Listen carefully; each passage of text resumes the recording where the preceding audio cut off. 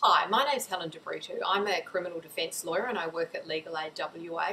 I've been practising criminal law for about 12 years. During that time, I was a solicitor in charge of legal aid in Fremantle, and part of that role, I represented thousands of young people who needed legal representation. What I learnt from that experience is that a lot of young people don't really understand about consequences for actions in a legal context.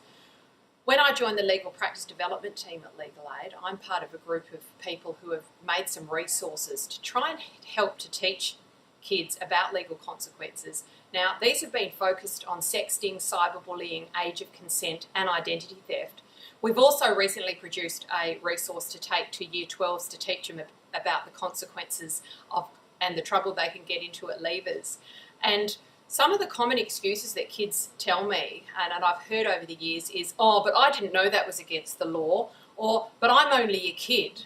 It wasn't my idea, or everyone else is doing it. Why am I the only one getting into trouble?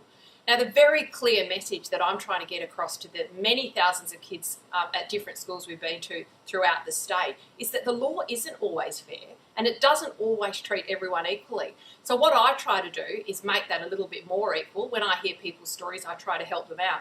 But one of the really important messages that I think it's important to get across to kids is that when at that moment when you're making a decision, you need to think about what it might mean for you in the future. And I share real stories with the kids to try to help get that message across. And it's a very clear one. Just think before you act.